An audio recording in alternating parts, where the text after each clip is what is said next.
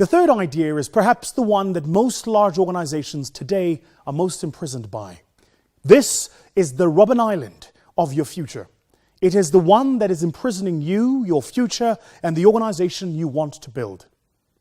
Here it is. Destroy the empires. What's happened in business over the past 50 years is we've used military thinking.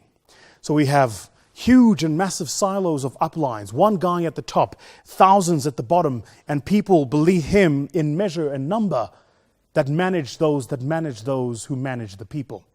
And we build systems and command structures and all the rest of it, up and down, and we build very robust models and IT frameworks to keep all of this in check. But here's what it's done, is it's meant we've built empires. So recently I was in New York doing some work with a client who happens to be a leading IT firm operating out of New York as their core center of focus.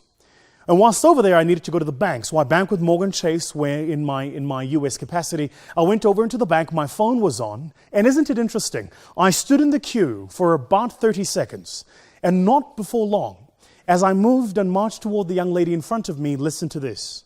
She knew who I was. She knew where I was from.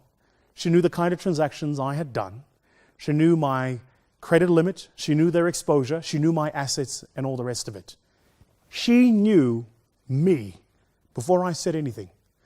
There is a technology that they used in the bank that picked up something in my phone. I imagine it's RFID technology, but it frequenced my phone and it said, this is who this guy is, and this is the investments he's got, this is the assets he's got, this is the money he's got, or lack thereof in this case, and this is the debt or credit he's got. All of it to one young lady in front of me.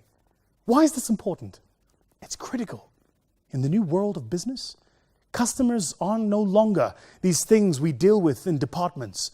It's not someone finance must deal with, then procurement and finance must deal with them, then debtors deals with them, or creditors deals with them. It's no longer someone marketing has to come and try and come up with a message with, and sales must find and try to create a sales proposition for them and then sell it. It's no longer someone strategy must come and think about, and operations must build rigor and IT systems. It's one guy, one person with a singular need. And the guys at Morgan Chase understood that. And what I found fascinating was their ability to share data.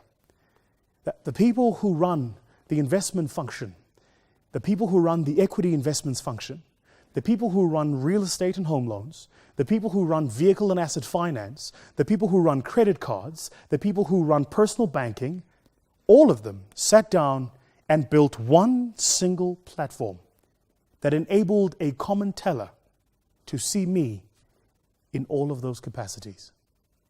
Is this important? It's critical. Because when I stand in front of that teller, I am not customer X.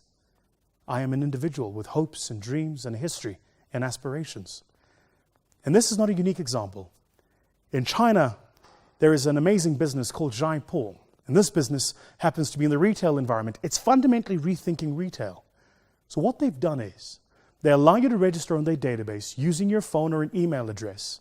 And if you go to any of their stores and your phone is on and you're on Wi-Fi and roaming, what it'll do is it'll pick you up and it'll look at all of your search habits when you went into their website or when you used any of the other buying websites, so Amazon.com and Alibaba, and it integrates all of that data and technology, and it says, this is what Vusi likes.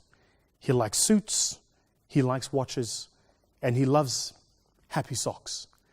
And when you walk into that store, it'll send you a set of promotions personalized for you in that branch.